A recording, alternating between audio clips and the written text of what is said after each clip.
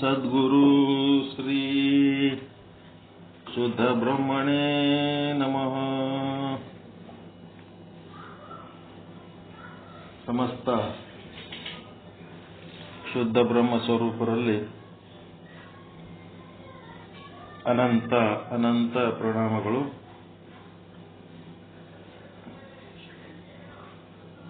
Pen copy ಇಟ್ಕೊಂಡಿರಾ?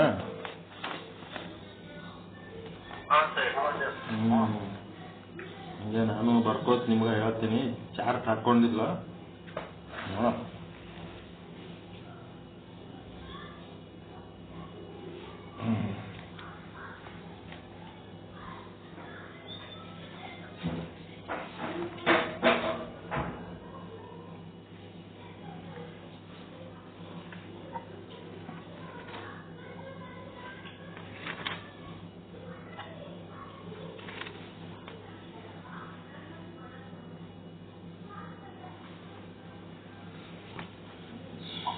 ಜಗದ್ಗುರು ರೇವಣ ಸಿದ್ಧರು ರುದ್ರಮುನಿ ದೇವ ಹಾಗೂ ತಮ್ಮ ಪರಿವಾರದೊಡನೆ ಅದೇ ಗ್ರಾಮದಲ್ಲಿದ್ದ ಏಕಾಂಬರೇಶ್ವರ ದೇವಾಲಯವನ್ನು ಹೊಕ್ಕರು.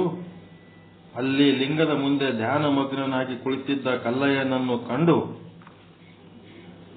ಏನಂದ್ರ ಶ್ರೀ ಜಗದ್ಗುರು ಪಂಚಾಚಾರ್ಯ ಪ್ರಸೀದಂತು ಪೂರ್ವಾಚಾರ್ಯ ಧರ್ಮದರ್ಶನ ಭಾಗ 3 ಸ್ವಯಂ ಜ್ಯೋತಿ ವಿಶ್ವಗುರು ಶ್ರೀ ಅಭಿನವ ರೇವಣ ಸಿದ್ಧ ಶಿವಾಚಾರ್ಯರ ಸಂಶೋಧನಾತ್ಮಕ ಗ್ರಂಥ. ಸಂಶೋಧಕರು ವೇದಮೂರ್ತಿ ಎಂ ಚಂದ್ರಶೇಖರ ಆರಾಧ್ಯ ಬೆಂಗಳೂರವರು. ಇಲ್ಲಿ ಜಗದ್ಗುರು ರೇವಣ ಸಿದ್ಧರು ಏಕಾಂಬರೇಶ್ವರ ದೇವಾಲಯ ಕಲ್ಲಿನಾಥ ದೇವಾಲಯಕ್ಕೆ ಹೋದ್ರು. ಅಲ್ಲೇನಾಯ್ತಂದ್ರೆ ಲಿಂಗದ ಮುಂದೆ ಧ್ಯಾನ ಮಗ್ನನಾಗಿ ಕುಳಿತಿದ್ದ ಕಲ್ಲಯ್ಯನನ್ನು ಕಂಡು ಕುತೂಹಲ ಚಿತ್ತರಾಗಿ ನಿಂತಿರಲು ಅವರ ಆಗಮನದಿಂದ ಎಚ್ಚೆತ್ತ ಕಲ್ಲಯ್ಯನು ಅವರಿಗೆ ಭಕ್ತಿ ಭಾವದಿಂದ ವಂದಿಸಿ ವಿನೀತ ಭಾವದಿಂದ ನಿಂತಿರಲು ಶ್ರೀ ರೇವಣ ಸಿದ್ಧರು ಅವನನ್ನು ಕುರಿತು ನೀನು ಇಲ್ಲಿ ಏಕಾಕಿಯಾಗಿ ಏನು ಮಾಡುತ್ತಿರುವೆ ಅಂತ ಕೇಳಲು ಕಲ್ಲಯ್ಯ, ಎಲೆ ಗುರುವರ್ಯನೇ, ನಾನು ಈ ಕಾಡಿನಲ್ಲಿರುವಾಗೆ ಒಂದು ಘಟಸರ್ಪವು ಹೆಡೆಯನ್ನು ಬಿಚ್ಚಿ ಅಸುನೀಗಿದ್ದು ನಾನು ಅತ್ಯಂತ ದುಃಖದಿಂದ ಅದರ ಪ್ರಾಣ ಭಿಕ್ಷೆಗಾಗಿ ಪರಮೇಶ್ವರನನ್ನು ಅನನ್ಯ ಭಕ್ತಿಯಿಂದ ಪ್ರಾರ್ಥಿಸಲು ಆ ಸರ್ಪವು ಬದುಕಿ ತನ್ನ ನಿವಾಸಕ್ಕೆ ತೆರಳಿತು. ಅಂದಿನಿಂದ ಈ ನಗರಕ್ಕೆ ಭುಜಗಾರಣ್ಯ ಅಥವಾ ಹಾವಿನಾಳ ಅಂತ ಹೆಸರಾಯಿತು. ನಾನು ಎಲ್ಲ ಪ್ರಾಪಂಚಿಕ ವ್ಯವಹಾರಗಳನ್ನು ತ್ಯಜಿಸಿ ಶ್ರೀ ಶಿವಲಿಂಗದ ಮುಂದೆ ಧ್ಯಾನಾಸಕ್ತನಾಗಿ ಶಿವ ಸಾಕ್ಷಾತ್ಕಾರ ಪಡೆಯಲು ನಿರ್ಧರಿಸುವೆನು. ನಾನು ಕೆಲವು ದಿನ ಪರ್ಣಾಹಾರದಿಂದಲೂ, ಕೆಲವು ದಿನ ಜಲಾಹಾರದಿಂದಲೂ, ಇನ್ನು ಕೆಲವು ದಿನ ವಾಯು ಸೇವನೆಯಿಂದಲೂ, ಕೆಲ ದಿನ ನಿರಾಹಾರದಿಂದಲೂ ತಪಸ್ಸನ್ನು ಆಚರಿಸುತ್ತಾ ಆತ್ಮ ಸಾಕ್ಷಾತ್ಕಾರಕ್ಕಾಗಿ ಕಾದಿರುವೆನು. ಪೂಜ್ಯರೇ, ಇವೆಲ್ಲ ಏನದವಲ್ರಿ ಇವು ಸಾಧನೆಗಳು. ಈ ಸಾಧನೆ ಮಾಡಿದ್ರೆ ಮೋಕ್ಷ ಆಗ್ತದೇನ್ರಿ? ಶರೀರ ದಂಡನೆ ಮಾಡಿದ್ರೆ ಮೋಕ್ಷ ಆಗ್ತದೇನು?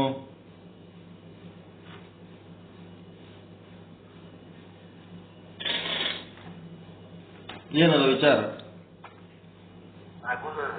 ಆಗುದಿಲ್ಲ. ಮತ್ತೆ ಯಾಕೆ ಮಾಡ್ತಾರೆ ಇದು?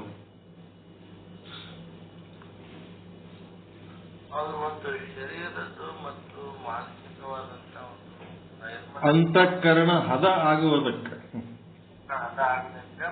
ಆತ್ಮ ಸಾಕ್ಷಾತ್ಕಾರದ ಸಲುವಾಗಿ ಅಂತಃಕರಣ ಹದ ಆಗಬೇಕು. ಹದ ಆಗದಂದ್ರೆ ಏನಂದ್ರೆ ನಿರ್ಮಲ ಚಿತ್ತ, ನಿಶ್ಚಲ ಚಿತ್ತ, ಅಂತರ್ಮುಖಿ, ಆತ್ಮ ಸಮ್ಮುಖಿ, ವಿಷಯ ವಿಮುಖಿ, ಇವೆಲ್ಲ ಆಗ್ಬೇಕು.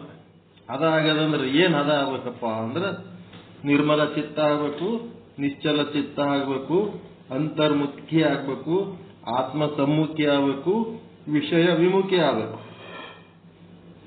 ಇದೆಲ್ಲ ಆಗ್ಬೇಕಾದ್ರೆ ಇವೆಲ್ಲ ಸಾಧನೆಗಳು ಮಾಡ್ಬೇಕಾಗ್ತದೆ. ಅದಕ್ಕೆ ಇದು ಮಾಡಿದ್ರೆ ಮೋಕ್ಷ ಆಗ್ತದನ, ಅದು ಮಾಡಿದ್ರೆ ಮೋಕ್ಷ ಆಗ್ತದನ ಅಂತೇಳಿ ಒಂದಿಷ್ಟು ಮಂದಿ ತಾಲಿಬಾನಿಗಳು ಏನ್ ಮಾಡ್ತಿರ್ತಾರ, ಟೀಕೆ ಮಾಡ್ತಿರ್ತಾರ. ಅವ್ರ ಟೀಕೆಗಳ ಕೇಳಿ ನಮಗೇನಾಗ್ತದಂತಂದ್ರ ಇದು ಮಾಡಿದ್ರೆ ಆಗಂಗಿಲ್ಲ ಅಂತೇಳಿ ಅಲ್ಲ, ಅಂತಃಕರಣ ಹದ ಆದಾಗೆ ಮುಂದಿನ ಕೆಲಸ. ಬ್ರಹ್ಮಜ್ಞಾನ ಪಡ್ಕೊಳಕ ಅಂತಃಕರಣ ಹದ ಆಗ್ಬೇಕು. ಬ್ರಹ್ಮಜ್ಞಾನ ಚೆನ್ನಾಗಿ ಯಾರು ಪಡ್ಕೋತಾರ ಅವ್ರಿಗೆ ಮೋಕ್ಷ ಆಗ್ತವೆ. ಮೋಕ್ಷ ಎದರಿಂದ ಆಗ್ತದೆ ಅಂದ್ರೆ ಬ್ರಹ್ಮಜ್ಞಾನದಿಂದ ಆಗ್ತದೆ. ಬ್ರಹ್ಮಜ್ಞಾನ ಎಂಥವ್ರಿಗೆ ಹತ್ತದ ಅಂದ್ರೆ ಯಾರ ಅಂತಃಕರಣ ಹದ ಇರ್ತದೋ ಅವ್ರಿಗೆ ಹತ್ತದ.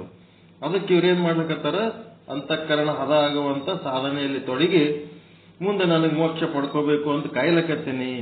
ಪೂಜ್ಯರೇ, ನಿಮ್ಮ ತೇಜ ರೂಪವನ್ನ ಶಿವಲಾಂಛನ ಭೂಷಣಗಳನ್ನ ನೋಡಿದರೆ ನೀವು ಅಶರೀರವಾಣಿಯಂತೆ ನನ್ನನ್ನು ಉದ್ಧರಿಸಲು ಬಂದಿರುವ ಆ ರೇವಣಸಿದ್ಧರೇ ಆಗಿರಬೇಕೆಂದು ಭಾಸವಾಗುತ್ತದೆ. ಹೇ ಗುರುವರ್ಯನೇ, ನಾನು ಅನೇಕ ಕಾಲದಿಂದ ನಿಮ್ಮ ಧ್ಯಾನಾಮೃತ ಪಾನದಿಂದ ಈ ನಿಜವನ ಪ್ರದೇಶದಲ್ಲಿ ಭೌತಿಕ ದೇಹವನ್ನು ಧರಿಸಿ ನಿಮ್ಮ ಆಗಮನವನ್ನೇ ಎದುರು ನೋಡುತ್ತಿದ್ದೇನೆ. ದುಃಖಾಗ್ನಿಯಿಂದ ಬೆಂದು ಬಳಲುತ್ತಿರುವ ನಿಮ್ಮ ಭಕ್ತನ ಮೇಲೆ ಕರುಣೆ ತೋರಿ ಶಿವತತ್ವ ಉಪದೇಶವನ್ನು ನೀಡಿ ಉದ್ಧರಿಸಿರಿ ಎಂದು ಪ್ರಾರ್ಥಿಸಲು ರೇವಣಸಿದ್ಧರು ಅವನ ಭಕ್ತಿಗೂ ಪ್ರಾಣಿದಯೆಗೂ ವಿರತಿ ಭಾವಕ್ಕೂ ಮೆಚ್ಚಿ, ಎಲೈ ಕಲ್ಲಿನಾಥನೇ, ನೀನೀಗಾಗಲೇ ವೈರಾಗ್ಯ ನಿಧಿಯಾಗಿ ಶಿವಧ್ಯಾನ ಮಗ್ನನಾಗಿರುವೆ. ನಿನ್ನನ್ನು ಉದ್ಧರಿಸಲೆಂದೇ ಇಲ್ಲಿ ಬಂದಿರುವೆನು. ನೀನು ಸ್ಥಿರಚಿತ್ತದಿಂದ ಕೇಳು ಅಂತೇಳಿ ಏನ್ ಕಲಿಸ್ಲಕತ್ತಾರ, ಸೃಷ್ಟಿಯ ರಹಸ್ಯ ಕಲಿಸ್ಲಕತ್ತಾರ. ಸೃಷ್ಟಿಯ ರಹಸ್ಯ, ಸೃಷ್ಟಿಯ ರಹಸ್ಯ ಹೇಳುತ್ತೇನೆ. ಮತ್ತ ಒಂದನೇದು ಸೃಷ್ಟಿಯ ರಹಸ್ಯ, ಎರಡನೇದು ಜೀವ ಶಿವರ ಸಂಬಂಧ. ಜೀವ ಶಿವರ ಸಂಬಂಧ ವಿವರಿಸುತ್ತಿದ್ದೇನೆ. ಮೂರನೇದೇನು, ಜೀವ ಅಂದ್ರ ಅಂಗ, ಅಂಗ ಅಂದ್ರೆ ಜೀವ, ಲಿಂಗ ಅಂದ್ರೆ ಶಿವ. ಇದೆ ಅಂಗ ಲಿಂಗ ನಾಮಕ ಪರಮಾತ್ಮನಲ್ಲಿಯೇ ಬೆರೆಯುವುದು. ಲಿಂಗಾಂಗ ಸಾಮರಸ್ಯದ ಬಗ್ಗೆ ಹೇಳ್ತೀನಿ ನೋಡಪ್ಪ ಈಗ ಅಂತೇಳಿ ಹೇಳ್ತಾ ಇದ್ದಾರೆ ಅವರು. ಅಂಗ ಪರಮಾತ್ಮನಲ್ಲಿ ಬೆರಿಬೇಕಾದ್ರೆ ಹೆಂಗ ಅನ್ನೋದು ಹೇಳ್ತಾ ಇದ್ದಾರೆ. ಇದೇ ಹುಟ್ಟಿನ ಗುರಿ, ಮನುಷ್ಯ ಜನ್ಮದ ಹುಟ್ಟಿನ ಗುರಿ ಮತ್ತು ಗುಟ್ಟು. ಮನುಷ್ಯ ಜನ್ಮಕ್ಕ ಬಂದ್ಮೇಲೆ ಅದು ಯಾಕೆ ಬಂದದ ಅಂತಂದ್ರ ಅದರದ ಗುಟ್ಟು ಏನ್ ಇಟ್ಕೊಂಡು ಬಂದದ ಅಂತಂದ್ರ ಲಿಂಗಾಂಗ ಸಾಮರಸ್ಯದ ಪರಮಾನಂದ ಸ್ವರೂಪ ಮೋಕ್ಷ ಹೊಂದೋದಕ್ಕೆ ಅದು ಬಂದದ. ಅದೇ ಗುರಿ. ಮುಮುಕ್ಷುವು ಸದ್ಗುರುವಿನ ಕೃಪೆಯಿಂದ ಲಿಂಗ ದೀಕ್ಷೆ ಪಡೆದು, ಒಂದನೇದೇನ್ ಮಾಡ್ಬೇಕು, ಲಿಂಗ ದೀಕ್ಷೆ ಪಡ್ಕೋಬೇಕು. ಲಿಂಗ ದೀಕ್ಷೆ ಪಡ್ಕೊಂಡು ಎರಡನೇದೇನ್ ಮಾಡ್ಬೇಕು, ಶ್ರದ್ಧಾ ಭಕ್ತಿಗಳಿಂದ ಅನುಷ್ಠಾನ ಮಾಡಬೇಕು. ಶ್ರದ್ಧಾ ಭಕ್ತಿ, ಪೂಜೆ ಪ್ರಾರ್ಥನೆ ಧ್ಯಾನ ಏನೇನ್ ಮಾಡ್ತಿರಲ್ಲ ಅದೆಲ್ಲ ಅನುಷ್ಠಾನ. ಶ್ರದ್ಧಾ ಭಕ್ತಿಗಳಿಂದ ಅನುಷ್ಠಾನ ಮಾಡಬೇಕು. ಮುಂದೆ ಮೋಕ್ಷವನ್ನ ಪಡ್ಕೋಬೇಕು, ಮೋಕ್ಷವನ್ನು ಪಡೆಯಬೇಕು. ಮನುಷ್ಯ ಜನ್ಮಕ್ಕೆ ಬಂದ್ಮೇಲೆ ಮೋಕ್ಷ ಪಡ್ಕೋಬೇಕು. ಮೋಕ್ಷ ಪಡ್ಕೋಬೇಕಾದ್ರೆ ಶ್ರದ್ಧಾ ಭಕ್ತಿಲಿಂದ ಲಿಂಗದ ಅನುಷ್ಠಾನ ಮಾಡಬೇಕು. ಅದಕ್ಕೇನ್ ಮಾಡಬೇಕು, ಲಿಂಗ ದೀಕ್ಷೆ ತಗೋಬೇಕು ಎಂದು ಹೇಳಿ ಕಲ್ಲಿನಾಥನಿಗೆ ಶ್ರೀ ರುದ್ರಮುನಿ ದೇವನಿಂದ ಶ್ರುತಿ ಸ್ಮೃತಿ ಪುರಾಣಾದಿ ಪ್ರಸಿದ್ಧವಾದ ಶಿವ ಸಿದ್ಧಾಂತದ ಉಪದೇಶವನ್ನು ಸಾಂಗವಾಗಿ ಮಾಡಿಸಿದರು. ಇವ್ರು ಏನ್ ಮಾಡಿದ್ರು, ಸ್ವತಃ ತಾವೇ ರೇವಣಸಿದ್ಧರು ಪ್ರವಚನ ಮಾಡಲಿಲ್ಲ. ಅವ್ರೇನ್ ಮಾಡಿದ್ರು, ಮಗನ ಕೈಲಿಂದ ಮಾಡಿಸಿದ್ರು. ತಮ್ಮ ಶಿಷ್ಯ ರುದ್ರಮುನಿ ದೇವ ಪಟ್ಟಾಧಿಕಾರ ಆಗಿ ಅವರು ಜಗದ್ಗುರುಗಳೇ ಆಗ್ಯಾರ. ಈಗ ಈ ಕಾಶಿ ಗುರುಗಳು ಹೆಂಗ ಇಬ್ಬಿಬ್ರು ಆಗ್ಯಾರ ನೋಡ್ರಿ, ಆ ಕಡೆ ಒಬ್ರು ಹೋಗ್ತಾರ ಈ ಕಡೆ ಒಬ್ರು ಹೋಗ್ತಾರ ಫಂಕ್ಷನ್ ಮಾಡ್ಲಕ್, ಹಂಗೆ ಆಗ್ಯಾರ. ಶಿವ ಸಿದ್ಧಾಂತದ ಉಪದೇಶವನ್ನು ಸಾಂಗವಾಗಿ ಮಾಡಿಸಿದರು. ನಂತರ ಕಲ್ಲಯ್ಯನು ರೇವಣಸಿದ್ಧರನ್ನು ಕುರಿತು, ಹೇ ಗುರು ಸಾರ್ವಭೌಮ, ನಿಮ್ಮ ಉಪದೇಶದಿಂದ ನನ್ನ ಅಜ್ಞಾನ ತೊಲಗಿ ನಿಜ ಜ್ಞಾನೋದಯವಾಗಿದೆ.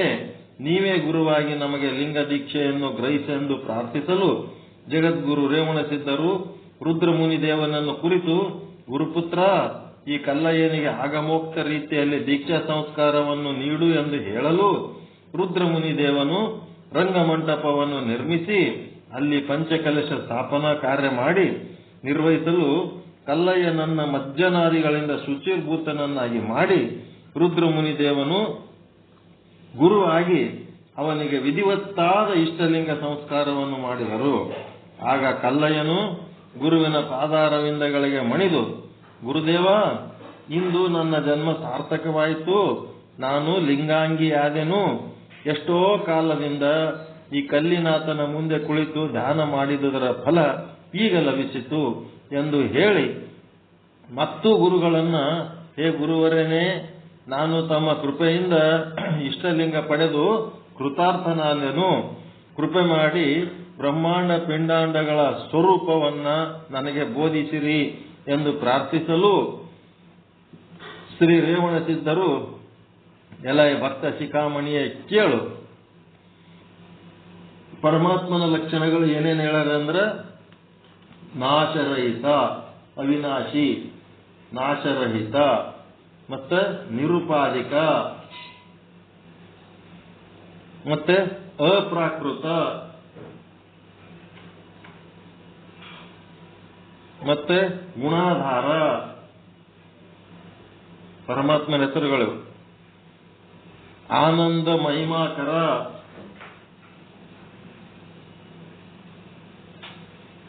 ಅದ್ವಿತೀಯ,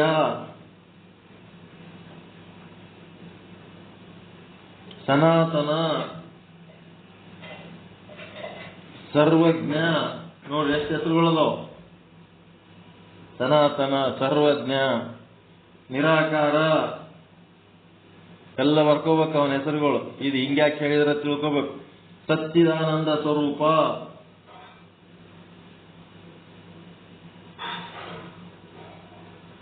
ಮತ್ತೆ ಸರ್ವ ಸ್ವತಂತ್ರ,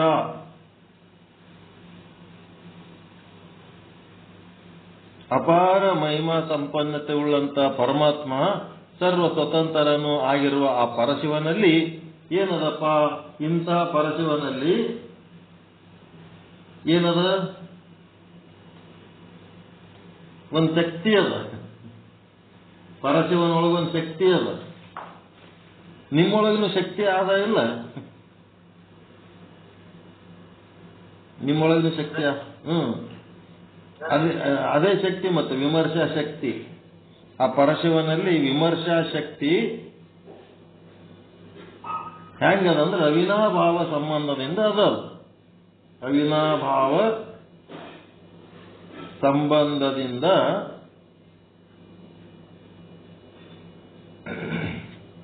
ಇರುತ್ತದೆ. ಅವಿನಾಭಾವ ಸಂಬಂಧದಿಂದ ಇರುತ್ತದೆ. ಆ ವಿಮರ್ಶಾ ಶಕ್ತಿಯಲ್ಲಿ ಅಚರಾತ್ಮಕವಾದ ಜಗತ್ತು, ನಾಮ ರೂಪ ಕ್ರಿಯೆಗಳು ಇಲ್ಲದೆ ಸೂಕ್ಷ್ಮ ರೂಪದಿಂದ ಇರುವುದು.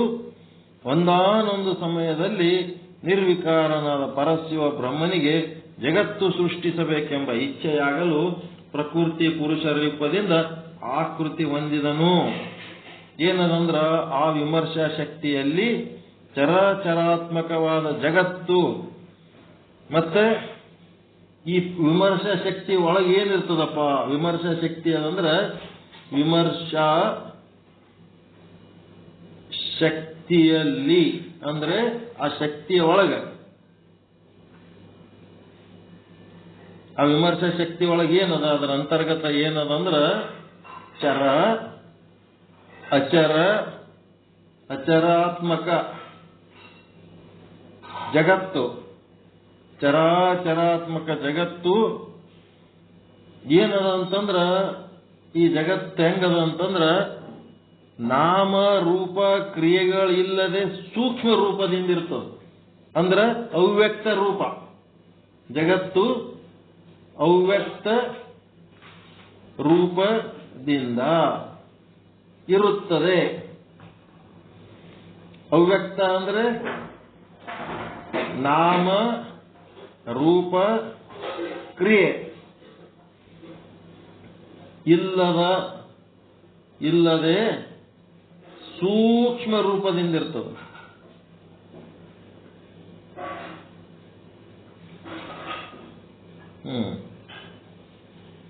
ಗೊತ್ತಾಯ್ತ್ರ? ವಿಮರ್ಶಾ ಶಕ್ತಿ ಒಳಗೆ ಏನದ ಅಂದ್ರ ಈ ಜಗತ್ ಹೆಂಗದ ಸೂಕ್ಷ್ಮ ರೂಪದಿಂದ ವಿಮರ್ಶಾ ಶಕ್ತಿ ಒಳಗೆ ಈ ಜಗತ್ತದ. ಹೆಂಗದ ಅದು ಅಂತಂದ್ರೆ ನಾಮ ರೂಪ ಕ್ರಿಯೆ ಇಲ್ಲದೆ ಸೂಕ್ಷ್ಮ ರೂಪದಿಂದದ. ಯಾವಾಗ? ಸೃಷ್ಟಿ ಆಗುವುದಕ್ಕಿಂತ ಮುಂಚೆ. ಬ್ರಹ್ಮನ ಹಣಿ ಮೇಲೆ ಒಂದು ಪ್ರಕೃತಿ ಅದ. ಆ ಪ್ರಕೃತಿಗೆ ವಿಮರ್ಶಾ ಶಕ್ತಿ ಅಂತಾರ. ಆ ಶಕ್ತಿ ಒಳಗೆ ಏನದಪ್ಪ ಅಂತಂದ್ರೆ ಈ ಜಗತ್ತು. ಆ ಜಗತ್ತು ಹೆಂಗದ? ಸೂಕ್ಷ್ಮ ರೂಪದಿಂದ ಅದ. ಅಂದ್ರೆ ಅದರ ಅರ್ಥ ಏನು? ನಾಮ ರೂಪ ಕ್ರಿಯೆಗಳಿಲ್ಲದೆ ಸೂಕ್ಷ್ಮ ರೂಪದಿಂದ ಆ ಅಚರಾತ್ಮಕವಾದ ಜಗತ್ತು ಅದರೊಳಗೆ ಆದ, ಪ್ರಕೃತಿ ಒಳಗೆ. ಅರ್ಥ ಆಲಕತ್ತದ ಹೇಳಿದ್ದು?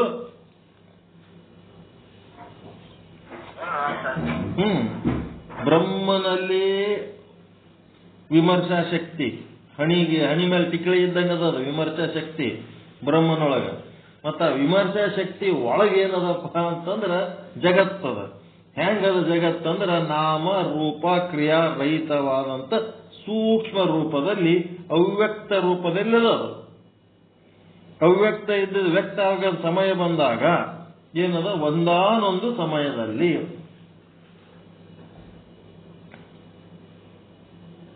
ಸುಮ್ಮನೆ ಉದ್ದಕ್ಕೆ ಓದ್ಕೋತಾದ್ರಲ್ಲ, ಅರ್ಥ ಮಾಡ್ಕೊಂಡು ಓದ್ಬೇಕು. ಒಂದಾನೊಂದು ಸಮಯದಲ್ಲಿ ಏನಾಯ್ತು? ನಿರ್ವಿಕಾರನಾದ ಶಿವನಿಗೆ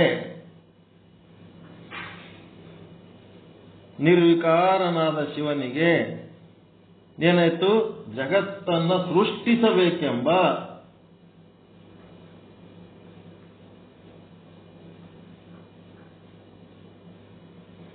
ಇಚ್ಛೆಯಾಗಲು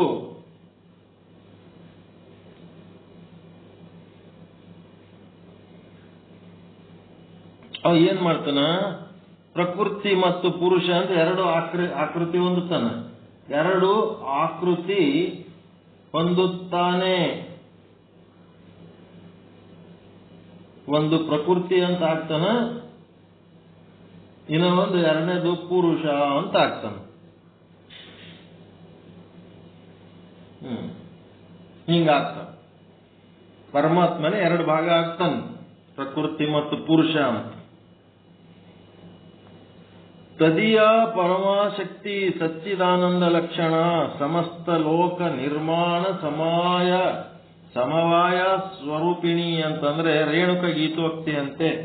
ರೇಣುಕ ಗೀತ ಅಂದ್ರೆ ಇದು ಸಿದ್ಧಾಂತ ಶಿಖಾಮಣಿ ಒಳಗಿಂದ ಶ್ಲೋಕ ಇದು. ತದೀಯ ಪರಮಾಶಕ್ತಿ ಸಚ್ಚಿದಾನಂದ ಲಕ್ಷಣ ಅಂದ್ರೇನು? ಈ ರೇಣುಕ ಗೀತೋಕ್ತಿಯಂತೆ ಅವಿನಾಭಾವದಿಂದ ಶಿವನಲ್ಲಿ ಅಡಗಿರುವ ಶಿವಾಂಶವೇ ಸೃಷ್ಟಿ ಕಾರ್ಯದಲ್ಲಿ ಸಹಕರಿಸುವುದು.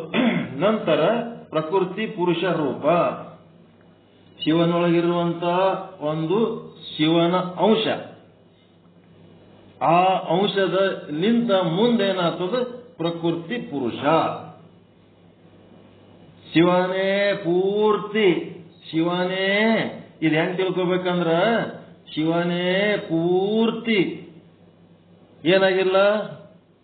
ಪ್ರಕೃತಿ ಪುರುಷ ಆಗಿ ನಿಂತಿಲ್ಲ. ಇದು ತಿಳ್ಕೋಬೇಕು ನೀವು. ಶಿವ ಹೆಂಗದನ? ಶಿವನ ಅಂಶ ಹೆಂಗದ?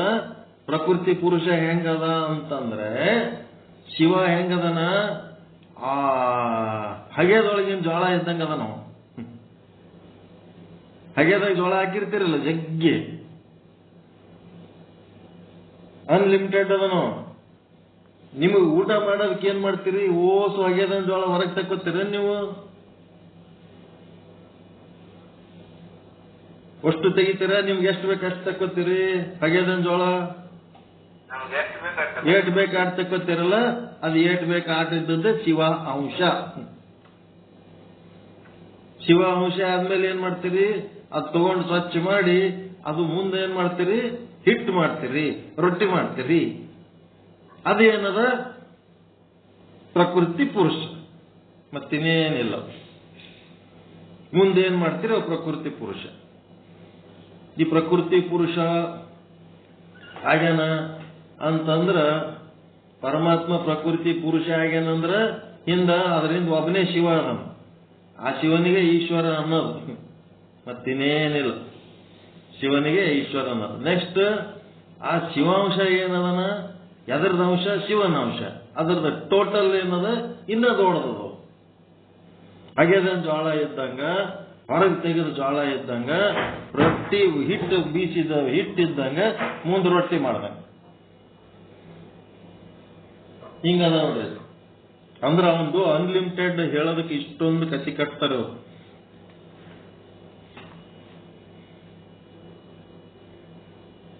ಪರಮಾತ್ಮ ಮತ್ತೆ ಪರಮಾತ್ಮನ ಅಂಶ ಶಿವಾಂಶ.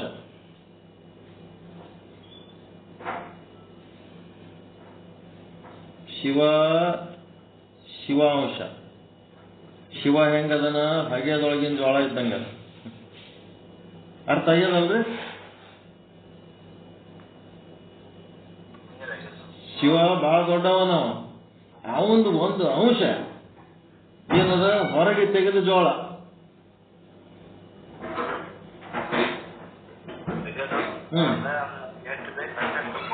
ಏಟ್ ಬೇಕು ಅಷ್ಟು ತಕ್ಕೊತೀರಿ. ತೆಕ್ಕೊಂಡ್ಮೇಲೆ ಮುಂದೆ ಏನಾಯ್ತು? ಪ್ರಕೃತಿ ಪುರುಷ ಆದ್ರು. ಪ್ರಕೃತಿ ಪುರುಷ ಅಂತಂದ್ರ ರೊಟ್ಟಿ ಅದು ಜೋಳ ಬೀಸ್ತಿರಲ್ಲ, ಒಂದು ಹಿಟ್ಟು ಅಂತ ತಿಳ್ಕೊಳ್ರಿ, ಇನ್ನ ಒಂದ್ ಏನ್ ತಿಳ್ಕೊಳ್ರಿ? ರೊಟ್ಟಿ ಅಂತ ತಿಳ್ಕೊಂಡ್ಬಿಟ್ರಿ ಅಷ್ಟೇ. ರೊಟ್ಟಿ ಹಿಟ್ಟ ಇದ್ದಂಗೆ ಮುಂದಿನ ಹಾಗೆದ ಜೋಳ, ಹೊರಗೆ ತೆಗೆದ ಜೋಳ, ಮುಂದೆ ಅವ್ರು ಪ್ರಕೃತಿ ಪುರುಷ ಆಗಿದ್ದು ಹಿಟ್ಟ ರೊಟ್ಟಿ ಇದ್ದಂಗೆ. ಹಿಂಗ್ ತಿಳ್ಕೊಂಡು ರೇಣುಕ ಗೀತೋಕ್ತಿಯಂತೆ ಅವಿನಾಭಾವದಿಂದ ಶಿವನಲ್ಲಿ ಅಡಗಿರುವ ಶಿವಾಂಶವೇ ಸೃಷ್ಟಿ ಕಾರ್ಯದಲ್ಲಿ ಸಹಕರಿಸುವುದು, ನಂತರ ಪ್ರಕೃತಿ ಪುರುಷ ರೂಪ. ಮತ್ತೆ ನೀವು ವಿಚಾರ ಚಂದ್ರೋದಯ ವಿಚಾರ ಸಾಗರದೊಳಗಿಂದ ಪ್ರಕೃತಿ ಅನ್ನೋ ಶಬ್ದಕ್ಕ ಇಲ್ಲಿ ಶಬ್ದಕ್ಕ ನೀವು ಮ್ಯಾಚ್ ಮಾಡ್ಲಕ್ ಹೋಗ್ಬಾರ್ದು. ಇದು ಓದೋ ಟೈಮ್ನಾಗ ಇದರಂಗೆ ಇರ್ಬೇಕು, ಅದು ಓದೋ ಟೈಮ್ನಾಗ ಅದರಂಗೆ ಇರ್ಬೇಕು. ಇದಕ್ಕ ತೌಲನಿಕ ಅಧ್ಯಯನ ಮಾಡ್ಲಕ್ ಹೋಗ್ಬಾರ್ದು. ಅದು ಮಾಡ್ಲಕ್ಕಾದ್ರೆ ಅಂದ್ರೆ ಹುಚ್ಚಿಳಿದು ಬಿಡ್ತದೆ. ದ್ರೌಪದಿ ಭೀಮನ್ ಸಂಗಟ ಇದ್ದಾಗ ಭೀಮನ್ ಹೆಣಿತಾಗಿರ್ತಿದ್ದಳು, ಧರ್ಮರಾಯನ್ ಸಂಗಟ ಇದ್ದಾಗ ಧರ್ಮರಾಯನ್ ಹೆಣಿತಾಗಿರ್ತಿದ್ದಳು. ಧರ್ಮರಾಯನ್ ಸಂಗಟ ಇದ್ದಾಗ ಭೀಮನೇ ನೆನೆಸ್ತಿದ್ದಿಲ್ಲ, ಭೀಮನ್ ಸಂಗಟ ಇದ್ದಾಗ ಅರ್ಜುನನೇ ನೆನೆಸ್ತಿದ್ದಿಲ್ಲ. ಸಂಪೂರ್ಣ ಸಮರ್ಪಣ ಭಾವದಿಂದ ಅವ್ರ ಜೊತೆಗಿರ್ತಿದ್ದಳು. ಹಾಂಗೆ ಹೆಂಗಿರ್ಬೇಕಂದ್ರ ಅಲ್ಲಿ ಶಬ್ದ, ಅಲ್ಲಿ ಗುರುಗಳು, ಅಲ್ಲಿ ಶಾಸ್ತ್ರ ಎಲ್ಲಾನು ಇದೇನದ ಸಂಕ್ಷಿಪ್ತ ಪರಿಚಯ ಸಲ ಓದ್ಲಕತ್ತೀವಿ ನಾವು. ಇದ್ರೊಳಗೆ ಏನ್ ಸಮಗ್ರ ಹೋಗ್ಬೇಕಾಗದ ಅವಶ್ಯಕತೆ ಇಲ್ಲ. ಆದ್ರೆ ನಮಗ ಮುಂದೆ ಉದ್ದಕ್ಕೆ ಓದ್ಕೋತ ಆದ್ರ ಈ ಸಿದ್ಧಾಂತ ತಿಳಿಯಲ್ಲ ಅನ್ನೋದಕ್ಕೆ ಒಂದಿಟ್ಟು ಪೆನ್ನ ಕಾಗದ ತಗೊಂಡು ಒಂದಿಟ್ಟು ಟಿಪ್ಪಣಿ ಮಾಡ್ಕೊಳ್ಳೋದು ಅಷ್ಟೇ. ಈ ರೀತಿ ಇದ್ದು ಈ ಪ್ರಕೃತಿ ಪುರುಷ ರೂಪ ಆಯ್ತು. ಈ ದಕ್ಷಿಣಾಂಗೇ ಸೃಜಸತ್ರತ್ವ ಬ್ರಹ್ಮಾಣಂ ವಾಮತೋ ಹರಿಂ ಮಧ್ಯದೇಹೇ ಮಹೇಶಾನಾಂ ತ್ರೀನ್ ಪುತ್ರಾನ್ ಸೃಜದ್ವಿಜ ಅಂತಂದ್ರೆ ಏನಾಯ್ತು? ಇದು ಹೆಂಗೆ ನೀವು ಪೆನ್ನ ಕಾಪಿ ಚಾಲು ಇಟ್ಕೊಂಡಿರ್ಬೇಕು. ಈ ಶಿವಪುರಾಣೋಕ್ತಿ ಅಂತೆ, ಪುರಾಣದೊಳಗೆ ಏನ್ ಬರ್ತದ? ಏನಾಯ್ತು? ತನ್ನ ಬಲಭಾಗದಿಂದ ಯಾರು? ಪರಶಿವ ಬಲಭಾಗ, ಎಡಭಾಗ, ಮಧ್ಯಭಾಗ ಅಂತ 3 ಭಾಗ ಇದ್ದು ಇವನಿಗೆ. ಇವೇನ್ ಮಾಡ್ದ? ಬಲಭಾಗದಿಂದ ಬ್ರಹ್ಮನನ್ನ, ಎಡಭಾಗದಿಂದ ನಾರಾಯಣನನ್ನ, ಮಧ್ಯದಲ್ಲಿ ರುದ್ರ, ಬ್ರಹ್ಮ ವಿಷ್ಣು ರುದ್ರನನ್ನ ಸೃಷ್ಟಿಸಿದರು.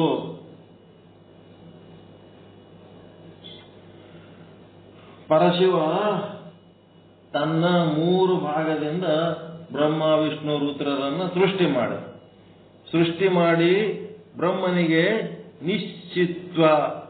ನಿಶ್ವತ್ಸಿತ ರೂಪಗಳಿಂದ 4 ವೇದಗಳನ್ನು ಹೇಳ್ದ. ಬ್ರಹ್ಮಗ 4 ವೇದಗಳ ಉಪದೇಶ, 4 ವೇದಗಳು ಮತ್ತೆ ಶಿವಾಗಮಗಳು. ಎಷ್ಟು ಶಿವಾಗಮಗಳದವ್ರಿ? 28 ಶಿವಾಗಮಗಳು. 4 ವೇದಗಳು, ಶಿವಾಗಮಗಳು ಮತ್ತು ನಿಖಿಲ ಶಾಸ್ತ್ರ ಅಂದ್ರೆ ಎಲ್ಲ ಶಾಸ್ತ್ರಗಳು. ನಿಖಿಲ ಶಾಸ್ತ್ರ ಬ್ರಹ್ಮನಿಗೆ ಇಷ್ಟೆಲ್ಲ ಎಜುಕೇಶನ್ ಕೊಟ್ಟು ಏನ್ ಮಾಡಿದ್ರು? ಉಪದೇಶಿಸಿ, ಎಲ್ಲ ಶಾಸ್ತ್ರಗಳು ಉಪದೇಶಿಸಿ ಸೃಷ್ಟಿ ಮಾಡಲು ಆದೇಶ. ಸೃಷ್ಟಿ ಕಾರ್ಯ ಮಾಡಪ್ಪ ಅಂತೇಳಿ ಆದೇಶ ಕೊಟ್ರು. ಆದೇಶ ಕೊಟ್ರೆ ಹಂಗೆ ಇಟ್ಕೊಂಡು ಕೂತಿದ್ ನಾನು, ಏನು ಮಾಡ್ಲಿಕ್ಕೆ ಗೊತ್ತಾಗಲಿಲ್ಲ ಅವನಿಗೆ. ಆದರೆ ಬ್ರಹ್ಮನು ಸೃಷ್ಟಿಸಲು ಅಸಮರ್ಥನಾಗಿ, ಏನ್ ಸೃಷ್ಟಿ ಮಾಡ್ಬೇಕಪ್ಪ, ಏನು ತಿಳಿಯಲಾಗ್ಯದ, ಹೇಳ್ದಿ ವಾದಿ ಏನೇನೋ ಶಾಸ್ತ್ರ ಕಲಿಸ್ದಿ, ಆದ್ರೆ ಏನ್ ಮಾಡ್ಬೇಕಂತ ತಿಳಿಯಲಾಗ್ಯದ ಅಂತ ಅನ್ನ. ಅಸಮರ್ಥನಾಗಿ ಪರಮೇಶ್ವರನನ್ನು ಪ್ರಾರ್ಥಿಸಲು ಆಗ ಪರಮೇಶ್ವರನು ಏನ್ ಮಾಡ್ದ? ಅಪ್ರಾಕೃತ ಲೀಲಾ ವೈಭವ. ಈ ಶಬ್ದ ತಿಳ್ಕೋಬೇಕು. ಲಿಂಗೋದ್ಭವ ಲೀಲೆ ಹೆಂಗಪ್ಪ, ಹೆಂಗ್ ಹುಟ್ಟಿದ್ರು ಅಂತಂದ್ರ ನಮ್ಮ ಎಲ್ಲ ಏನದವ? ಪ್ರಾಕೃತ ಲೀಲಾ ವೈಭವ. 84 ಲಕ್ಷ ಜೀವರಾಶಿಗಳು ಅಂಡಜ, ಪಿಂಡಜ, ಉದ್ಬೀಜ, ಸ್ವೇದಜ ಏನ್ ತಯಾರಾತವಲ್ಲ, ಇವೇನದವ? ಪ್ರಾಕೃತ ಲೀಲಾ ವೈಭವ. ಆದ್ರ ಈ ರೇಣುಕರು ಲಿಂಗದಿಂದ ಹುಟ್ಟಿದ್ದು, ನರಸಿಂಹಸ್ವಾಮಿ ಕಂಬದಿಂದ ಹುಟ್ಟಿದ್ದು, ಇವೆಲ್ಲ ಏನದವ? ಅಪ್ರಾಕೃತ ಲೀಲಾ ವೈಭವ. ಬರೇ ಪ್ರಾಕೃತ ಇದ್ದದ್ದನ್ನ ಅಷ್ಟೇ ಗಟ್ಟಿಯಾಗಿ ಹಿಡ್ಕೊಂಡು ಇದು ಅಪ್ರಾಕೃತ ಇದ್ದದ್ದನ್ನ ನಾವು ಅಲ್ಲಗಳೆಯಂಗಿಲ್ಲ. ಅದಕ್ಕೆ ಅಪ್ರಾಕೃತ ಲೀಲಾ ವೈಭವದಿಂದ ಏನ್ ಮಾಡಿದ್ರು? ದಿವ್ಯ ದೇಹಧಾರಿಗಳಾಗಿ, ದಿವ್ಯ ದೇಹಧಾರಿಗಳಾಗಿ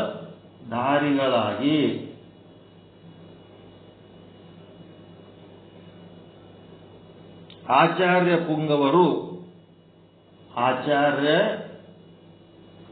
ಪುಂಗವರು ಮತ್ತೆ ನಂದ್ಯಾದಿ, ನಂದಿ ಭೃಂಗಿ ಇವೆಲ್ಲ ಏನಂದ್ರೆ ನಂದ್ಯಾದಿ ಪ್ರಮಥ ಗಣಗಳು,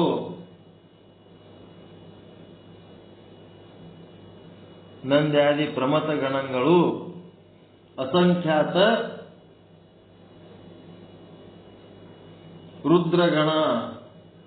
ರುದ್ರಗಣಗಳನ್ನು ಸೃಷ್ಟಿಸಿದ ಯಾರು? ಪರಮಾತ್ಮ.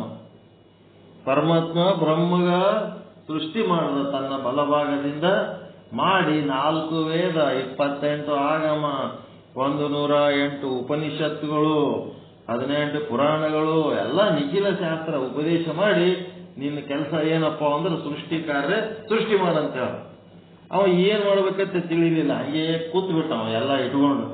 ಅದಕ್ಕೆ ಮತ್ತೆ ಪರಮಾತ್ಮಗ ಪ್ರಾರ್ಥನೆ ಮಾಡದ, ದೇವರೇ ಸೃಷ್ಟಿ ಮಾಡಂತ ಹೇಳಿ, ಏನ್ ಸೃಷ್ಟಿ ಮಾಡ್ಬೇಕಂತ ತಿಳಿತಾ ಇಲ್ಲ ನನಗ ಅಂದಾಗ ಏನಾಗ್ತದ? ಸೃಷ್ಟಿ ಮಾಡ ತಿಳಿತಾ ಇಲ್ಲ ಅಂದ ಏನಾಯ್ತು? ಶಿವನೇ ಬಂದು ಸೃಷ್ಟಿ ಮಾಡಲು ಆದೇಶ ಮಾಡಿದ. ಬ್ರಹ್ಮ ಅಸಮರ್ಥ ಆದಾಗ ಪರಶಿವನೇ ಏನ್ ಮಾಡ್ದ? ಸೃಷ್ಟಿ ಕಾರ್ಯ ಆರಂಭಿಸಿದ. ಏನ್ ಮಾಡಿದ? ಅಪ್ರಾಕೃತ ಲೀಲಾ ವೈಭವ ಮೂರ್ತಿಗಳು ಯಾರು? ದಿವ್ಯ ದೇಹಧಾರಿಗಳಾದ ಆಚಾರ್ಯ ಪುರುಷರು. ಇವರೇನ್ ಪಂಚ ಆಚಾರ್ಯರದರಲ್ಲ, ಅವನ 5 ಮುಖಗಳಿಂದ ಸದ್ದೋಜಾತ, ವಾಮದೇವ, ಅಘೋರ, ಈಶಾನ, ತತ್ಪುರುಷ 5 ಮುಖಗಳಿಂದ 5 ಆಚಾರ್ಯರನ್ನ ಸೃಷ್ಟಿ ಮಾಡ್ತಾನೆ. ಮಾಡಿ ನಂದ್ಯಾದಿ ಪ್ರಮುಖ ಅಸಂಖ್ಯಾತ ಗಣಗಳು, ಅಸಂಖ್ಯಾತ ರುದ್ರ ಗಣಗಳು ಹಿಂಗೆಲ್ಲ ತಯಾರು ಮಾಡ್ತಾನೆ. ಸೃಷ್ಟಿ ಮಾಡಿ ಬ್ರಹ್ಮನಿಗೆ ಸೃಷ್ಟಿಯ ರಹಸ್ಯ ತೋರಿದ. ಆವಾಗ ಏನ್ ಮಾಡ್ತಾನೆ? ಬಳಿಕ ಬ್ರಹ್ಮನು ಈ ಸೃಷ್ಟಿಯ ರಹಸ್ಯವನ್ನು ಅರಿತು ಮುಂದೆ ಪೃಥ್ವ್ಯಾದಿ ಪಂಚಮಹಾಭೂತಗಳನ್ನ, ಮುಂದೆ ಏನಾದ? ಬ್ರಹ್ಮನು ಸೃಷ್ಟಿ ಕರ್ತೃತ್ವದ ರಹಸ್ಯ ಅರಿತು, ಸೃಷ್ಟಿಕರ್ತೃತ್ವದ ರಹಸ್ಯ ಅರಿತು ಏನ್ ಮಾಡ್ತಾನೆ ಬ್ರಹ್ಮ ಅಂತಂದ್ರೆ ಪಂಚಮಹಾಭೂತಗಳು ಪೃಥ್ವ್ಯಾದಿ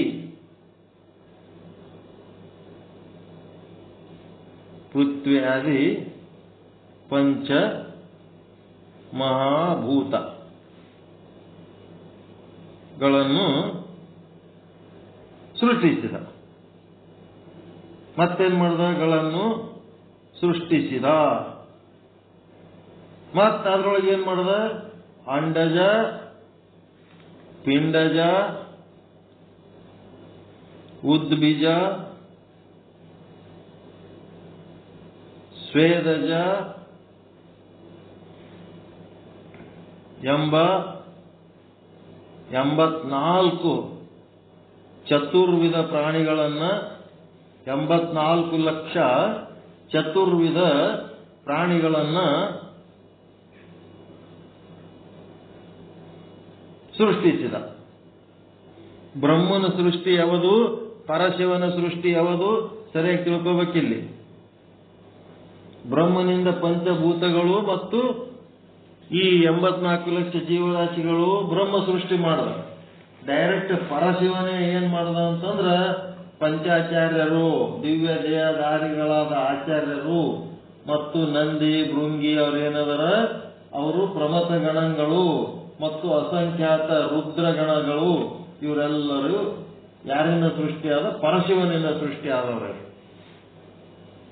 ಹೀಗಾಗಿ ಈ ಎಲ್ಲ ಸೇರಿ ಆ ಶುದ್ಧ ಬ್ರಹ್ಮನಿಂದ ಸೃಷ್ಟಿಯಾಗಿದ್ದವರು ಮತ್ತೆ ಈ ಸೃಷ್ಟಿಕರ್ತ ಬ್ರಹ್ಮನಿಂದ ಸೃಷ್ಟಿಯಾದವರು ಎರಡು ಕೂಡಿ ಏನಾಯ್ತಪ್ಪ ಅಂತಂದ್ರ, ಇವೆರಡು ಕೂಡಿ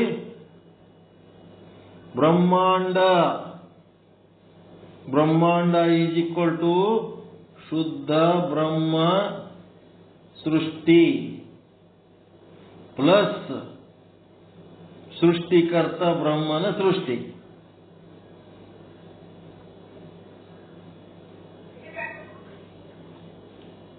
ಎರಡು ಕೂಡೆ ಏನಾಯ್ತು? ಬ್ರಹ್ಮಾಂಡ ಎನಿಸಿತು. ಅಪಂಚೀಕೃತಗಳಾದ ಈ 5 ಸೂಕ್ಷ್ಮಭೂತಗಳಲ್ಲಿ ಸೇರಿಕೊಂಡಿರುವ ಜ್ಞಾನ ಶಕ್ತ್ಯಾಂಶದಿಂದ ಶ್ರೋತ್ರ ತ್ವಕ್ ಜೀವ್ಯಗಳು 5 ಜ್ಞಾನೇಂದ್ರಿಯಗಳಾದವು. ಈ ಬ್ರಹ್ಮಾಂಡ ಸೃಷ್ಟಿ ಆದ್ಮೇಲೆ ಏನಾಯ್ತು? ಈ ಬ್ರಹ್ಮಾಂಡದಿಂದ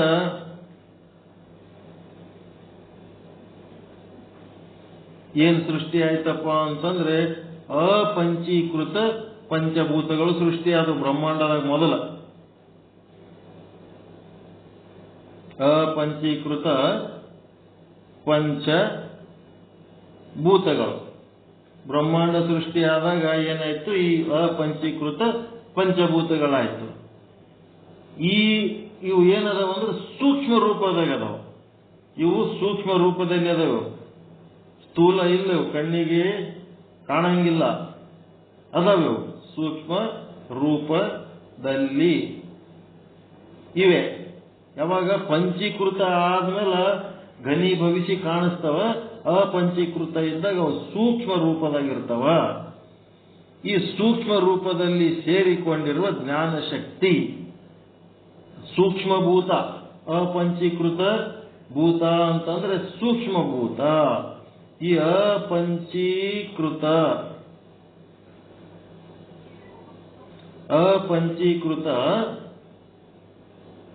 ಸೂಕ್ಷ್ಮಭೂತ ಪ್ಲಸ್ ಏನ್ ಸೇರಿಸ್ತಾನ? ಅಪಂಚೀಕೃತ ಸೂಕ್ಷ್ಮಭೂತದಲ್ಲಿ ಜ್ಞಾನ ಶಕ್ತಿ ಅಂತ ಅದ. ಇವೆರಡು ಕೂಡಿ ಅಪಂಚೀಕೃತ ಸೂಕ್ಷ್ಮಭೂತ ಪ್ಲಸ್ ಜ್ಞಾನ ಶಕ್ತಿ, ಇವು ಕೂಡಿ ಏನಾಗ್ತದಪ್ಪ ಅಂತಂದ್ರೆ ಪಂಚ ಜ್ಞಾನೇಂದ್ರಿಯಗಳ ಸೃಷ್ಟಿ ಆಗ್ತದೆ.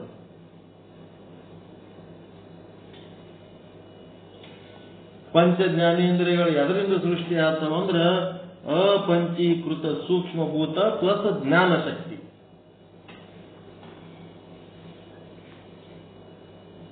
ಎಷ್ಟೈತಿ ಟೈಮ್? 10-15 ಆಯ್ತು, ಸಾಕು. ಇದ್ರ ಮುಂದಿನ ಸೃಷ್ಟಿ ಮತ್ತೆ ನಾಳೆಗೆ ನೋಡಮ್ಮ, ಇವತ್ತು ಇಟ್ಟು ಸಾಕು.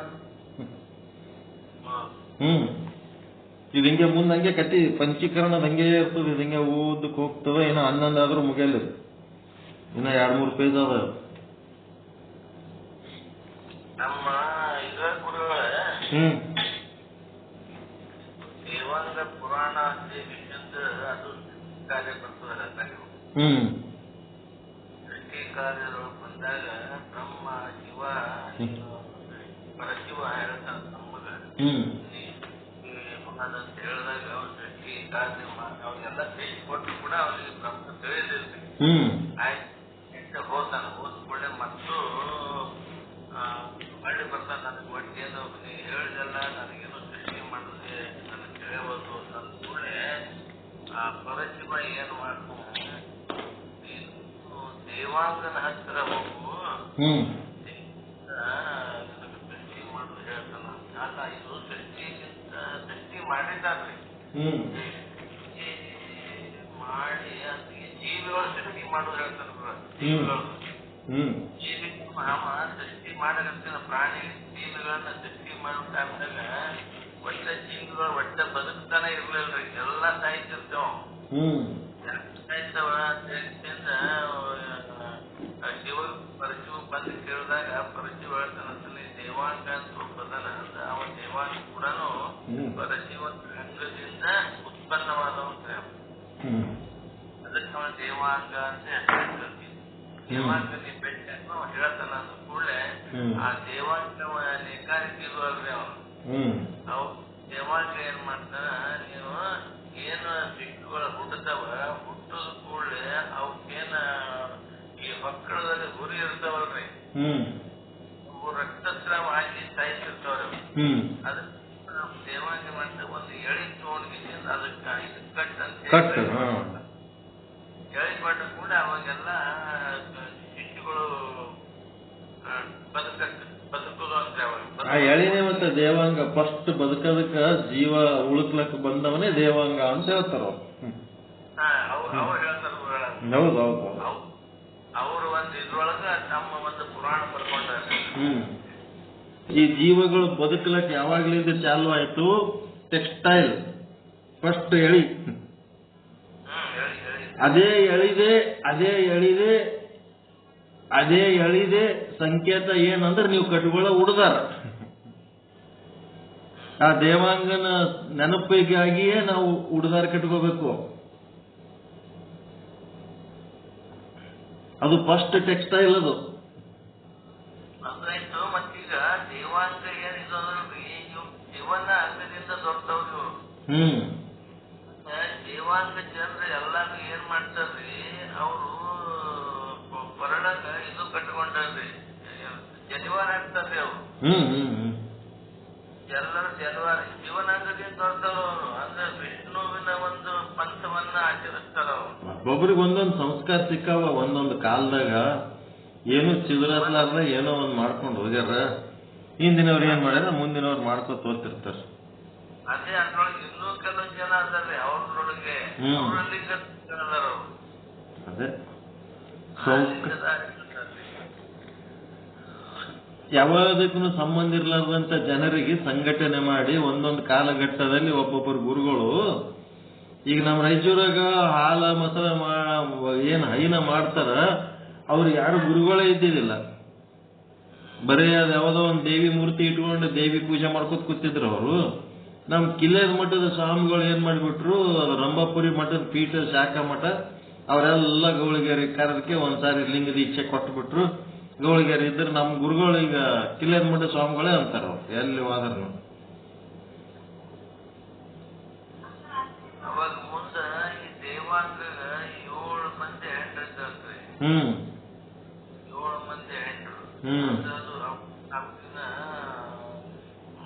ಏನಂತಾರೆ, ಅದು ಸೃಷ್ಟಿ ಮಂತ್ರಶಕ್ತಿ ಇದ್ದಂತೆ. ಮಂತ್ರಶಕ್ತಿಯಿಂದ ಇದು ಹುಟ್ಟಿದ್ರಂತೆ ಮಂದಿ. ಇದಲ್ಲ ಜನ ಮಂತ್ರಶಕ್ತಿಯಿಂದ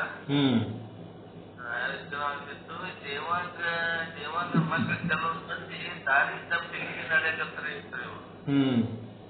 ಅನಾಚಾರವಾಗಿ ಅತ್ಯಾಚಾರವಾಗಿ ತಿನ್ನೋದು ಉಣೋದು ಸರಿಯಾಗಿ ಇದು ಇಲ್ಲ ಅಂತ ಮಾಂಸಾಹಾರಿ ತಿನ್ನೋದು ಅಂತ ಇಂಥ ಅನಾಚಾರ ಬಿಡೋದು ಕೂಡಲೇ ದೇವಾಂಗ ಇವೆಲ್ಲ ಮಾಡಬಾರ್ದು ಬುದ್ಧಿ ಮಾತು ಹೇಳ್ಕಂದ್ರ ಅವ್ರನ್ನ ನಿರ್ವಾಹ ಮಾಡಕ್ ಶಾಪ್ ಕೊಡಕ್ ಹೋಗ್ತಾನ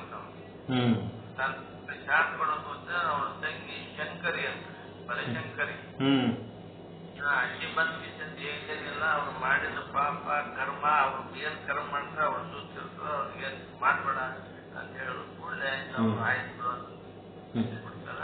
ಈ ಸಜ್ಜ ದೇವಾಂಗದವ್ರು ಏನಂದ್ರೆ ಕೆಲವು ಮಂದಿ ಎಲ್ಲಾ ಕಡೆ ಮಾಂಸಾಹಾರಿಗಳು ಎರಡೂ ಅದಾರ ಅವ್ರು ಅದಾರ ಇದು ಅದಾವ್ರಿ ಶಾಕ್ತರು ಶೈವರು ಎರಡೂ ಅದಾರ ಇದ್ರೊಳಗೆ ದೇವಾಂಗ ಏನಾಗಿದೆ ಆಕ್ಚುಲಿ ದೇವಾಂಗದಾಗ ಶಿವಾಚಾರ ದೇವಾಂಗ ಅಂತ ಕೆಲವೊಂದ್ ಜನ ಅಂತಾರ್ರಿ. ಹೌದೌದು ಶಿವಾಚಾರ ದೇವಾಂಗ ಅಂತಾರ ಅಂದ್ರ ಅವ್ರು ಈ ಪಂಚಪೀಠಾಧೀಶ್ವರ ಗುರುಗಳಾಗ್ತಾರೆ ಅವ್ರು ಶ್ರೀಶೈಲ ಗುರುಗಳಿಗೆ ನಡ್ಕೋತಾರ ಅವ್ರು ಶಿವಾಚಾರ ದೇವಾಂಗಗಳು. ಶಿವಾಚಾರ ದೇವಾಂಗ ಶ್ರೀಶೈಲ ಗುರುಗಳು ನಡ್ಕೋತಾರ. ನಮ್ಮ ಮನೆ ಬದಲಿಗೆ ಅದಾರ ಅವ್ರು.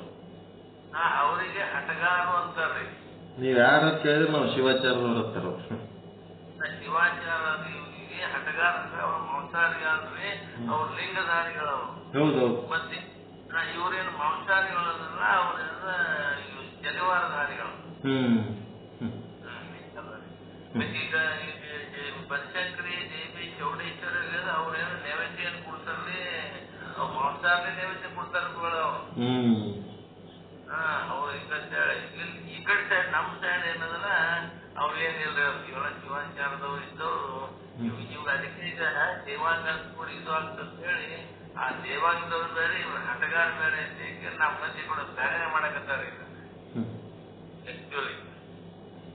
ಈ ಜಗತ್ ಸೃಷ್ಟಿಗೆ ಸಂಬಂಧಪಟ್ಟಂತೆ ಬಹಳ ಮಂದಿ ಬಹಳ ರೀತಿಲಿಂತ ಹೇಳ್ಯಾರ. ಬಹಳ ರೀತಿ ಅದ್ ಹೆಂಗದ ಅಂತಂದ್ರ ಪಬ್ಲಿಕ್ ತಿಪ್ಪಿ ಅಂತ ಇರ್ತದಲ್ರಿ, ಯಾರ್ ಬೇಕಾದವ್ರು ಏನ್ ಬೇಕಾದ್ ಒಯ್ದು ಅದ್ರಾಗ ಹಾಕಿ ಬರ್ಬೋದಂತ. ಪಬ್ಲಿಕ್ ತಿಪ್ಪಿ ಇದ್ದಂಗ ಅದು ಜಗತ್ತಿನ ಸೃಷ್ಟಿ ವಿಷಯದ ಬಗ್ಗೆ ಮಾತನಾಡ್ಬೇಕಾದ್ರ ಅದು ಯಾರ್ ಬೇಕಾದವ್ರು ಏನ್ ಈಗ ಸದ್ಯ ವಿಜ್ಞಾನಿಗಳು ಸಹಿತ ನಾನಾ ರೀತಿ ಬರ್ದಾರ. ಹಿಂಗಾಗ್ಯದ ಹಂಗಾಗ್ಯದ ಜಗತ್ ಹ್ಯಾಂಗ್ ಸೃಷ್ಟಿ ಆಗ್ಯದ ಅಂತೇಳಿ ಇನ್ನ ಯಾರಿಗ ಇದು ಹ್ಯಾಂಗ್ ಸೃಷ್ಟಿ ಆಗ್ಯದ ಅಂತ ಯಾರಿಗೂ ಗೊತ್ತಿಲ್ಲ. ಆದ್ರೂ ಅವ್ರವ್ರ ಊಹಾಪೋಹಗಳ ಪ್ರಕಾರ ಬರ್ಕೋತ ಹೋಗ್ತಾರ. ಬಿಗ್ ಬ್ಯಾಂಗ್ ಥಿಯರಿ ಅದು ಆಯ್ತು ಇದಾಯ್ತು ಅಂತ. ಹಂಗಿದ್ದತ್ನಾಗ ನಾವು ಒಂದ್ ಥಿಯರಿ ಬರೋದಕ್ಕೆ ಹಾಕ್ಬಿಡೋದ ಕಡೆ ಮುಂದೆ ಅದನ್ನ ಯಾವನ ಒಬ್ಬ ಓದಿ ತಿಳ್ಕೊತಾನ ನಂಬತಾನ ಅದಕ್ಕೆ ತಿಳ್ಕೊಂಡ ಮತ್ತ ದೊಡ್ಡ ಗುರುವಾಗಿ ಅದೇ ಪ್ರವಚನ ಹೇಳಕ್ ಕಟ್ಟಿಬಿಡ್ತಾನ. ಒಂದೇನ್ರ ಬರದ ಬುಕ್ ಬಂದು ಒಂದ್ 4 ಮಂದಿ ಕೈಯಾಗ ಕೊಟ್ಟು ಹೋಗ್ಬಿಡಬೇಕ. ಇದೆಷ್ಟು ಚಲೋ ಬುಕ್ ಬರ್ದಾರಲ್ರಿ, ಈ ಬುಕ್ಕೆ ಸಿಕ್ಕಿದ್ದಿಲ್ಲ ನಮಗ ಅಂತೇಳಿ ಯಾವನೋ ಒಬ್ಬ ಅದಕ್ಕೆ ಸಂಬಂಧಪಟ್ಟ ಬರ್ತಾನ. ಏನೇನೋ ಆತಿರ್ತಾವ ಅಂತ ವಿಷಯಗಳು ತಗೊಂಡು ಯಾರು ಬೇಕಾದವ್ರು ಏನ್ ಬೇಕಾದ್ರೆ ಬರೀಬೋದು. ಹಿಂಗ್ಯಾಕ್ ಬರ್ದಿದೆ ಅಂತ ಯಾರು ಕೇಳಲ್ಲ ಅದಕ್ಕೆ. ಜಗತ್ ಸೃಷ್ಟಿ ವಿಷಯ ಹಿಂಗ. ಶಿವ ಮಹಾಪುರಾಣದೊಳಗ ಬ್ರಹ್ಮಗ ಸೃಷ್ಟಿ ಮಾಡ್ಲಕ್ ಹಚ್ಚಿದ ಕೂಡ್ಲೇನೆ ಅವ ಬರೇ ಗಂಡ್ಮಕ್ಳಿಗೆ ಸೃಷ್ಟಿ ಮಾಡ್ತಾನ, ಹೆಣ್ಮಕ್ಳು ಸೃಷ್ಟಿ ಮಾಡೋದು ಗೊತ್ತಾಗಂಗಿಲ್ಲ. ಅವ ನಾರದ ಬರೇ ಗಂಡ್ಮಕ್ಳಿಗೆ ಸೃಷ್ಟಿ ಮಾಡಿದ ಕೂಡ್ಲೇನೆ ಅವ್ರಿಗೆ ಏನ್ ಮಾಡುತ್ತ ಉಪದೇಶ, ನಾರದನಿಂದ ಉಪದೇಶ ಮಾಡ್ತಿದ್ರ ಏನ್ ಉಪದೇಶ ಮಾಡ್ತೀರಿ, ಪರಮಾತ್ಮ ಧ್ಯಾನ ಮಾಡಿದ್ರೆ ತಪಸ್ ಮಾಡ್ಲಕ್ ಹಚ್ತಾನ. 1,000 ಮಂದಿ ತಪಸ್ ಮಾಡ್ಕೋತ ಹಿಮಾಲಯ ಕಾಡಿನ ಕಡೆ ಹೋಗೇ ಬಿಡ್ತಾರ. ನೆಕ್ಸ್ಟ್ ಮತ್ತೊಂದು ಇನ್ಸ್ಟಾಲ್ಮೆಂಟ್ ಮಾಡ್ತಾನ, ಅವು ಬರೇ ಹೆಣ್ಮಕ್ಳು ಇರ್ತಾವ. ಬರೇ ಹೆಣ್ಮಕ್ಳು ಇರ್ತಾವ. ಆ ಹೆಣ್ಮಕ್ಳು ಸೃಷ್ಟಿ ಮಾಡಿದ್ರೆ ಅವು ಇವು ಎಲ್ಲಾರ ಭೇಟಿ ಆದವು ಅಂದ್ರೆ ಮತ್ತೆ ಭೋಗ ಮಾಡಿ ಜಗತ್ತು ಬೆಳೆಸ್ತಾರೆ ಇವ್ರು ಅಂತೇಳಿ ಆ ಹೆಣ್ಮಕ್ಳಿಗೆ ಮತ್ತೊಂದ್ ಕಡೆ ಹೋಗಿ ಎಲ್ಲ ತಪಸ್ಸಿಗೆ ಕುಂದಿರ್ತಾನ. ಈಗ ಅವ್ರಿಗೆ ಇವ್ರಿಗೆ ಭೇಟಿ ಆಗ್ಲಾರ್ದಂಗೆ ಮಾಡ್ಬೇಕು. ಇವು ಗಂಡು ಹೆಣ್ಣುಗಳು ಭೇಟಿ ಆದವು ಅಂದ್ರೆ ಗದ್ಲಬುಸ್ತಾವ ಅಂತೇಳಿ ಬೇರೆ ಕಡೆ ನಾರದ ಏನ್ ಮಾಡ್ತಾನ, ಬೇರೆ ಕಡೆ ಆಮೇಲೆ ಪರಬ್ರಹ್ಮ ಬಂದು ಕೇಳ್ತಾನಂತ ಏನ್ ಸೃಷ್ಟಿ ಮಾಡಿದಿ ಅಂದ್ರೆ 1,000 ಮಂದಿ ಗಂಡ್ಮಕ್ಳಿಗೆ ಮಾಡೀನಿ, 1,000 ಮಂದಿ ಹೆಣ್ಮಕ್ಳಿಗೆ. ಎಲ್ಲಾರ ಅಂತಂದ್ರೆ ತಪಸ್ಸಿಗೆ ಹೋಗ್ಯಾರ. ಏನ್ ತಪಸ್ ಮಾಡ್ತಾರ ಅವರು? ಜಗತ್ತಿನಾಗ ಸೃಷ್ಟಿ ಕಾರ್ಯ ಮಾಡ್ಬೇಕು, ಜಗತ್ತು ಬೆಳೆಸ್ಬೇಕು ಬಿಟ್ಟು ಏನ್ ಮಾಡ್ಲಕತ್ತಾರ ಅವರು ಎಲ್ಲ? ಇದು ಯಾರು ಇವ್ನಿಗೆ ಬುಚ್ಚಿಟ್ಟಾರ, ಅವರಿಗೆ ಇವರಿಗೆ ಭೇಟಿ ಆದ ಯಾರು ಮಾಡ್ಯಾರ ಅಂದ್ರೆ ನಾರದ ಮಾಡ್ಯಾನ. ಅದಕ್ಕ ಮುಂದೇನ್ ಮಾಡ್ತಾರ, ಆ ನಾರದಾಗ ಕಟ್ಟಿ ಹಾಕಿ ಅವರಿಬ್ರು ನಾರದನ ಉಪದೇಶ ಕೇಳಿದವರು ಫಸ್ಟಿನವರು ಗಂಡು ಹೆಣ್ಣುಗಳು ಜಗತ್ ಬೆಳೆಸ್ಲಿಕ್ಕೆ ತಯಾರಾಗಂಗಿಲ್ಲ ಅವರು ತಪಸ್ವಿಗಳಾಗಿ ಇದಾಗ್ಬಿಡ್ತಾರ ಅವ್ರು ಫುಲ್ ಮೆಚ್ಯೂರ್ಡ್ ಆಗಿಬಿಡ್ತಾರ ಅವ್ರು.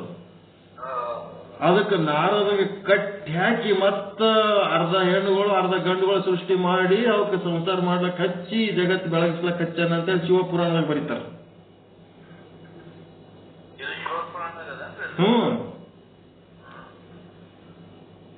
ಪುರಾಣದಾಗ ಎಲ್ಲ ಬಾಳ ಕಥೆಗಳು ಬಾಳ ರೀತಿ ಕಥೆಗಳು ಅವರಿ. ಬಾಳ ಶಿವಪುರಾಣದಾಗೆ ಮತ್ತೆ ಎಷ್ಟೋ ತರ ಬರ್ದಾರ.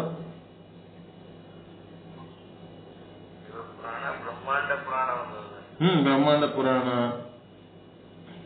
18 ಪುರಾಣ ಅದಾವ್ರಿ. 18 ಪುರಾಣದಾಗ ನಾನಾ ರೀತಿ ಬರ್ದ್ಬಿಟ್ಟಾರೆ ಹೆಂಗ್ ಬಂದಂಗೆ. ಈ ಜಗತ್ ಹೆಂಗ್ ಸೃಷ್ಟಿ ಆಯ್ತದ ನಿಮ್ಗೆ ಏನಾರ ಅನಿಸ್ತಂದ್ರೆ ನೀವು ಒಂದು ಬರ್ದಿಡ್ಬೋದು. ಅದೇನು ಹಿಂಗ್ಯಾಕ್ ಬರ್ದಿದೆ ಯಾರು ಕೇಳಲ್ಲ. ದೇವ್ರ ಬಗ್ಗೆ ಜಗತ್ತಿನ ಬಗ್ಗೆ ಏನಾರ ಬರೀರಿ. ನೀವೇ ಒಂದು ಹೊಸ ಧರ್ಮ ಸೃಷ್ಟಿ ಮಾಡಿ ನೀವೇನ್ ಬೇಕಾದ ಸೂತ್ರಗಳು ಬರೀಬಹುದು. ಆದ್ರೆ ಬೇರೆ ಧರ್ಮದ ಬಗ್ಗೆ ಏನು ಮಾತಾಡಂಗಿಲ್ಲ. ನಮ್ಮ ಧರ್ಮದ ಬಗ್ಗೆ ನಮ್ದೇ ಸೃಷ್ಟಿ ಮಾಡಿ ಏನ್ ಬೇಕಾದ್ ಬರೀಬಹುದು, ಏನ್ ಬೇಕಾದ್ ಹೇಳ್ಬೋದು. ಅಕ್ಕಲಕೋಟ ಮಹಾರಾಷ್ಟ್ರ ಸೋಲಾಪುರ ಜಿಲ್ಲಾ ಅದಾವ್ರಿ. ಅಕ್ಕಲಕೋಟದೊಳಗ ಅಲ್ಲಿ ಇವ್ರ ಮಠ ರೇವಣ ಚಿತ್ತರ ಮಠ ರೇವಣ ಚಿತ್ರದ ಮಠ ಅದ್ರಿ. ಆ ರೇವಣ ಚಿತ್ರ ಅಂತಂದ್ರೇನು ಅವ್ರು ಈ ಕಡೆ 19ನೇ ಶತಮಾನದಾಗ ಇದ್ದವ್ರಿ ಅವ್ರು. ಬಹಳ ಕೆಲಸಗಳನ್ನ ಬಹಳ ಮಾಡ್ಯಾರ್ರಿ ಅವ್ರು. ನಿಕಾರ ಸಂಬಂಧಪಟ್ಟ ಹೆಸರು ರೇವಣ ಚಿತ್ರ ಅವರು. ಈಗಿದ್ದ ಅವ್ರ ಕೆಳಗಿನವರು ಚಿಕ್ಕ ರೇವಣ ಚಿತ್ರ ಇತ್ತು. ಅವ್ರ ಮೊನ್ನೆ ಐಕ್ಯ ಆದ್ರಿ ಅವರು. ಅವ್ರ ರೇವಣ ಚಿತ್ರ ಈಗ ನಮ್ಮ ಭಾರತಕ್ಕೆಲ್ಲ ರೇವಣ ಚಿತ್ರ ಪ್ರಚಾರ ಬಹಳ. ನೀವು ಹೇಳಿದ್ರಲ್ಲ ಕಾಯ್ನಾಡ್ ಕಲ್ಲಯ್ಯ ಅನ್ನೋದ್ರಿ. ಕಲ್ಲಯ್ಯ ನಮ್ ಜಡ್ಜನ್ ಅಂದ್ರೆ ಅಲ್ಲೇ ನಾವು ಹದಿನಾಳದಿಂದ ಒಂದ್ 3-4 ಕಿಲೋಮೀಟರ್ ಅಷ್ಟೇ ಅಂತ್ರಿ. ಅದಕ್ಕೆ ನನಗ ಕಲ್ಯಾಣಪ್ಪ ಅಂತ ಹೆಸರಿಟ್ಟ ನಮ್ಮ ಅಪ್ಪ ನನಗೆ. ನನಗೆ ಇಷ್ಟಿದ್ರಿ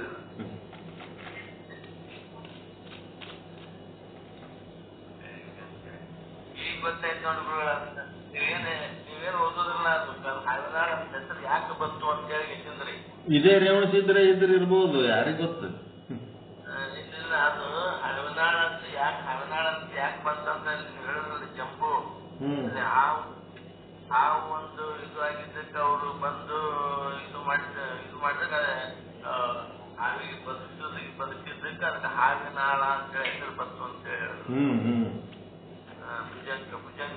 ಭುಜಂಗರಾಯದಾಗ ಒಂದು ಸರ್ಪ ಬಿದ್ದಿದ್ದಕ್ಕೆ ಕಲ್ಲಯ್ಯ ಹೋಗಿ ಹಾವಿಗೆ ಜೀವದಾನ ಮಾಡಿ ಕಳಿಸೋದು ಒಳ್ಳೆ ಹಾವಿನಾಳ ಅಂತ ಹೆಸರು ಬಂತು ಅಂತ ಹೇಳೋದು. ಗುರುಗಳೇ ಭಾಗ ಜನರಿಗೆ ಈ ವಿಷಯನೇ ಗೊತ್ತಿಲ್ಲ. ಒಟ್ಟಿಗೆ ಹಾವಿನಾಳ ಅನ್ನೋದು ಹೆಸರು ಇದಕ್ಕೆ ಹೆಂಗ ಬಂತು ಗ್ರಾಮಕ್ಕ ಅನ್ನೋದು. ನಾಗರಾವ್ ಬಂದು ಹೆಡಿ ಬಿಚ್ಚಿ ಬಿದ್ದು ತತ್ತ ಅದಕ್ಕೆ ಜೀವ ಕೊಡೋತ್ತೆ ದೇವರಿಗೆ ತಪಸ್ ಮಾಡಿದ್ರತ್ತೆ ಇವರು ರೇವಣ ಚಿತ್ರ. ಇದು ಹಾವಿನಾಳ ಕಲ್ಲಯ್ಯ ಅದಕ್ಕೆ ಮತ್ತೆ ಜೀವ ಕೊಡೋದಕ್ಕೆ ತಪಸ್ ಮಾಡಿ ಅದಕ್ಕೆ ಮತ್ತೆ ಜೀವಂತ ಮಾಡಿ ಅದರ ಗೂಡಿಗೆ ಅದು ಸೇರಂಗ್ ಮಾಡಿದ್ರತ್ತ. ಅದಕ್ಕೆ ಹಾವಿನಾಳ ಕಲ್ಲಯ್ಯ ಆಗ್ಬಿಟ್ಟ.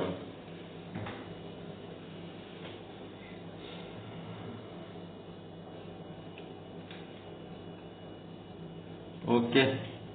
ಪರಮಾನಂದ ಪ್ರಾಪ್ತಿ ಭವ, ಸರ್ವ ದುಃಖ ನಿವೃತ್ತಿ ಭವ, ಇಷ್ಟಾರ್ಥ ಸಿದ್ಧಿರಸ್ತು, ಯಶಸ್ವಿ ಭವ. ಜೈ ಶುದ್ಧ ಬ್ರಹ್ಮ, ಜೈ ಜಯಸ್ತು. ಎಲ್ಲರಿಗೂ ಒಳಿತಾಗಲಿ, ಎಲ್ಲರಿಗೂ ಶುಭವಾಗಲಿ. ಓಂ ಶಾಂತಿ ಶಾಂತಿ ಶಾಂತಿ. ಎಲ್ಲರಿಗೂ ಶರಣ. ಬೆಳಗಿನ ಪಾಠ ಅಂತೂ ಡಿಸ್ಟರ್ಬ್ ಆಯ್ತು. ಮತ್ತೆ ನಾಳೆ ಮುಂದೆ